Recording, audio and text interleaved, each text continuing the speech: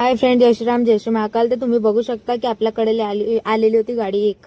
तर तिथं तुम्ही बघू शकता की नाव वगैरे लिहिलेलं होतं. आता टायर वगैरे खोलणं चालू केला तर आपण तर एक गाडी आलेली होती हा चेक करायला. तर तिथून थोडासा थांबावे लागला. आता कडा वगैरे काढून घेतो. तर कडा ठोकताना बरोबर काही निघालेला नव्हता. मग नंतर लवकर निघून गेला. तर पायाने ढकलला तर टायर डिस्क एकदम वेगळा अलग झालेला होता. तर त्यांना ग्रीस वगैरे मारून द्यायचा होता. आपला गेटअप चेंज होणार थोड्या वेळानंतर. टायर वगैरे बनवल्यानंतर बघू शकता सर्व काही एकदम फिक्स झालेला होता.